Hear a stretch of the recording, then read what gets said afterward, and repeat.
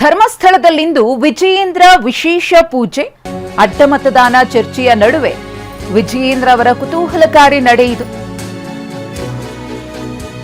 ನಿನ್ನೆ ರಾತ್ರಿಯಿಂದಲೇ ಧರ್ಮಸ್ಥಳದಲ್ಲಿರುವ ಬಿಜೆಪಿ ರಾಜ್ಯ ಅಧ್ಯಕ್ಷ ಬಿವೈ ವಿಜಯೇಂದ್ರ ಮಂಜುನಾಥನ ದರ್ಶನವನ್ನ ಪಡಿತಾರೆ. ಬೆಳಗ್ಗೆ 9 ಗಂಟೆಗೆ ಮಂಜುನಾಥನ ಸನ್ನಿಧಿಯಲ್ಲೇ ಸುದ್ದಿಗೋಷ್ಠಿಯನ್ನ ಕೂಡ ಮಾಡಲಿದ್ದಾರೆ. ಅಡ್ಡ ಮತದಾನದ ಬಗ್ಗೆ ಬಿಜೆಪಿ ಪಾಳೆಯದಲ್ಲಿ ಅಲ್ಲೋಲ ಕಲ್ಲೋಲವೇ ಸೃಷ್ಟಿಯಾಗಿದೆ. ಹೈಕಮಾಂಡ್ಗೂ ಕೂಡ ಇದ್ರ ಬಗ್ಗೆ ಮಾಹಿತಿಯನ್ನ ಕೊಡಲಾಗಿದೆ. ವರದಿಯನ್ನ ಕೂಡ ಅತಿ ಶೀಘ್ರದಲ್ಲೇ ಸಬ್ಮಿಟ್ ಮಾಡಲಾಗುತ್ತೆ.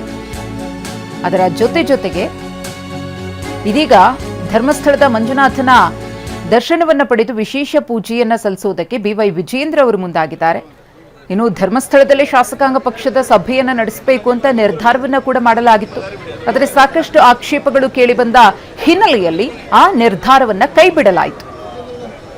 ಧರ್ಮಸ್ಥಳಕ್ಕೆ ಹೋಗ್ತೀವಿ ಅಂತ ನಿಶ್ಚಯಿಸಿದ ಹಿನ್ನೆಲೆಯಲ್ಲೇ ಈ ವಿಶೇಷ ದರ್ಶನವ ಅನ್ನೋ ಕುತೂಹಲವೂ ಕೂಡ ಇದೆ. ಅದರ ಜೊತೆಗೆ 9 ಗಂಟೆಗೆ ಪ್ರೆಸ್ ಮೀಟ್ ಇದೆ. ಆ ಪ್ರೆಸ್ ಮೀಟ್ನಲ್ಲಿ ವಿಜಯೇಂದ್ರ ಏನ್ ಹೇಳ್ತಾರೆ ಅನ್ನೋ ಕುತೂಹಲ.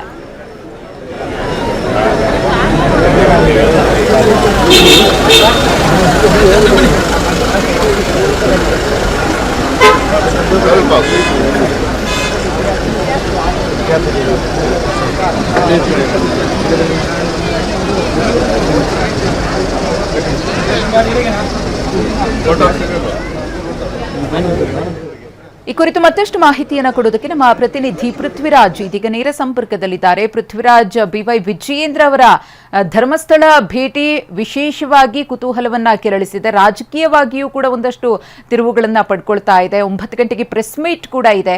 ಏನಿದರ ಇನ್ಸೈಡ್ ಅಂತ ಪೃಥ್ವಿರಾಜ್?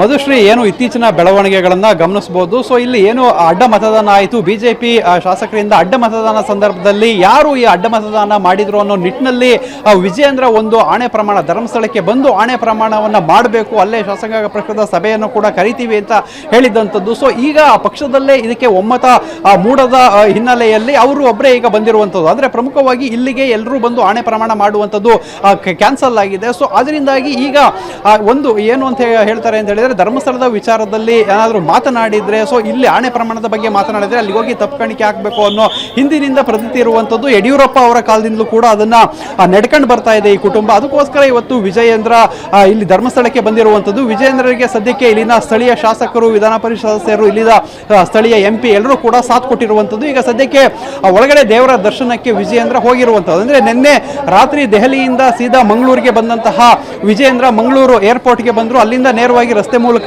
ಧರ್ಮಸ್ಥಳದಲ್ಲೇ ಬಂದು ವಾಸ್ತವ್ಯವನ್ನು ಹೂಡಿದ್ರು. ಅದಾದ ಬಳಿಕ ಇವತ್ತು ಈಗ ದರ್ಶನಕ್ಕೆ ಹೋಗಿರುವಂಥದ್ದು. ಅಂದರೆ ಪ್ರಮುಖವಾಗಿ ಅಲ್ಲಿ ಅಂದರೆ ಏನು ಈ ಒಂದು ವಿಚಾರವನ್ನು, ಧರ್ಮಸ್ಥಳದ ವಿಚಾರವನ್ನು ತೆಗೆದಿದ್ರು, ಇಲ್ಲಿ ಆಣೆ ಪ್ರಮಾಣವನ್ನು ಮಾಡಬೇಕು ಅಂತ ಹೇಳಿದ್ರು. ಸೊ ಇಲ್ಲಿ ತಪ್ಪು ಕಾಣಿಕೆಯನ್ನೇನಾದರೂ ಹಾಕಲಿಕ್ಕೆ, ಸೊ ಆ ರೀತಿ ವಿಶೇಷ ದರ್ಶನಕ್ಕೆ ಏನಾದರೂ ಬಂದ್ರ ಅನ್ನೋ ಒಂದು ಕುತೂಹಲ ಇರುವಂಥದ್ದು. ಯಾಕೆಂತ ಹೇಳಿದ್ರೆ ಈಗ ಯಾರು ಕೂಡ ಶಾಸಕರು ಬೇರೆಯವ್ರನ್ನ ಅಂದರೆ ಇಲ್ಲಿ ಆಣೆ ಪ್ರಮಾಣಕ್ಕೆ ಕರೆದಿದ್ದಂಥದ್ದು ಕ್ಯಾನ್ಸಲ್ ಆಗಿದೆ. ಇಲ್ಲಿ ಶಾಸಕಾಂಗ ಪಕ್ಷದ ಏನು ಸಭೆ ಕೂಡ ಇಲ್ಲಿಂದ ಕ್ಯಾನ್ಸಲ್ ಆಗಿರುವಂಥದ್ದು. ಸೊ ಅದರಿಂದ ಈಗ ಸ್ಥಳೀಯ ಶಾಸಕರುಗಳ ಜೊತೆ ಬಂದು ಒಳಗಡೆ ಪ್ರಾರ್ಥನೆಗೆ ಹೋಗಿರುವಂಥದ್ದು. ಈಗ ಸದ್ಯಕ್ಕೆ ಒಳಗಡೆ ಏನು ದರ್ಶನವನ್ನು ಪಡಿತಾ ಇರಲಿಲ್ಲ. ಧರ್ಮಸ್ಥಳದ ಒಳಗಡೆ ದೇವಸ್ಥಾನ ದರ್ಶನಕ್ಕೆ ಹೋಗಿರುವಂಥದ್ದು. ಮತ್ತು ಉಳಿದಂತೆ ಸಾಕಷ್ಟು ಜನರು ಕೂಡ, ಕೆಲವೊಂದು ಅವರ ಅಭಿಮಾನಿಗಳು ಕೂಡ ಬಂದಿರುವಂಥದ್ದು. ಅಂದರೆ ಪ್ರಮುಖವಾಗಿ ಇಲ್ಲಿಗೆ ಬಂದಂಥ ಸಂದರ್ಭದಲ್ಲಿ ಕೆಲವೊಂದು ಪ್ರಾರ್ಥನೆಗಳಂದರೆ ಇದಕ್ಕೆ ಸಂಬಂಧಪಟ್ಟಂತಹ ಪ್ರಾರ್ಥನೆಗಳನ್ನು ಕೂಡ ಮಾಡ್ತಾರೆ ಅನ್ನೋ ಮಾಹಿತಿ ಇರುವಂಥದ್ದು. ಸೊ ಇದಾದ ಬಳಿಕ 9 ಗಂಟೆಗೆ ಅಂದರೆ ಇಲ್ಲಿನ ಸನ್ನಿಧಿ ಅಂತ ಹೇಳಿ ಒಂದು ವಿಶೇಷ ಅತಿಥಿ ಗೃಹ ಏನಿದೆ ಅಲ್ಲಿ ಪತ್ರಿಕಾಗೋಷ್ಠಿಯನ್ನು ಕರೆದಿರುವಂಥದ್ದು. ಆ ಸುದ್ದಿಗೋಷ್ಠಿಯಲ್ಲಿ ಯಾವ ವಿಚಾರವಾಗಿ ಹೇಳ್ತಾರೆ ಅಂದರೆ, ಇಲ್ಲಿ ಏನಾದರೂ ಪ್ರಾರ್ಥನೆ ಮಾಡಿದಂಥ ಸಂದರ್ಭದಲ್ಲಿ ಏನಾದರೂ ಆಣೆ ಪ್ರಮಾಣದ ವಿಚಾರವಾಗಿ ಏನಾದರೂ ಪ್ರಾರ್ಥನೆ ಮಾಡಿದರೆ, ಇಲ್ಲ ಅಂತ ಹೇಳಿದರೆ ಹಿಂದೆ ಮುಂದಿನ ನಡೆ ಅಂದರೆ ಈ ಒಂದು ಅಡ್ಡ ಮತದಾನ ಏನಾಗಿದೆ, ಸೊ ಅದನ್ನು ಯಾವ ರೀತಿ ತಾರ್ಕಿಕ ಅಂತ್ಯಗೊಳಿಸ್ತಾರೆ ಅನ್ನೋದನ್ನ ಏನಾದರೂ ರಿವೀಲ್ ಮಾಡ್ತಾರೆ ಅನ್ನೋದ್ರ ಬಗ್ಗೆ ಮಾಹಿತಿ ನೀಡುವಂಥ ಸಾಧ್ಯತೆಗಳಿದೆ. ಮಧುಶ್ರೀ, ಧನ್ಯವಾದ ಪೃಥ್ವಿರಾಜ್ ತಮ್ಮ ಮಾಹಿತಿಗಾಗಿ.